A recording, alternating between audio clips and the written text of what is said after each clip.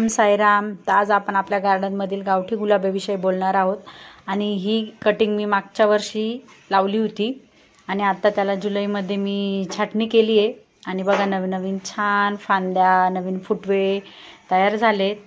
तर मी बऱ्यापैकी गुलाबाला आहे ना कांद्याच्या सालीचं पाणी वगैरे देते, जे कांद्याचे साल आपण रात्रभर भिजवून आणि आता त्याचीच फवारणी करते। त्या पाण्यामध्ये आपण थोडंसं आणि एक्स्ट्राचं पाणी टाकून थोडीफार फवारणी करायची। त्याच्याने त्याच्यावरचे छोटे मोठे किडे वगैरे आलेले असतील तेही खराब निघून जातात आणि आपलं झाडही खराब होत नाहीत। आणि आता बघा आपल्या जे आहेत ते छान फुटवे मोठे होऊन आणि कळ्या तयार झाल्या आहेत आणि झाड पण आपलं छान ग्रोथ धरतं आहे, भरपूर वाढलं आहेत।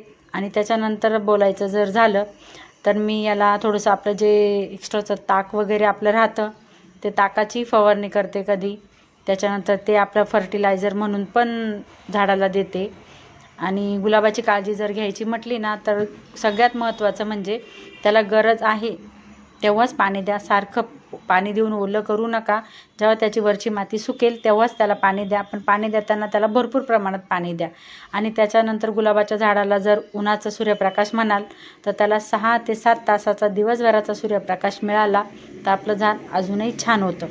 आणि किडेबद्दल जर बोलायचं झालं ना तर गुलाबाच्या झाडाला बहुतांश जास्त कीड वगैरे लागत नाही, पण जर काही अळीचा परिणाम झाला तर झाड असं गोळा करून आपल्या पानाच्या मागं अळी तयार होते, त्यावेळेस आपण ते पान तोडून आणि फेकून द्यायचं।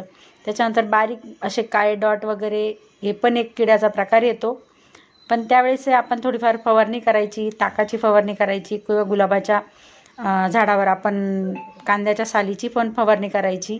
त्याच्यानंतर नीम ऑइल आहे त्याची पण फवारणी केली तरीही चालतं। चला तर मग भेटू पुढच्या व्हिडिओत। माझा व्हिडिओ आवडला तर लाईक, सबस्क्राईब आणि कमेंट करायला विसरू नका।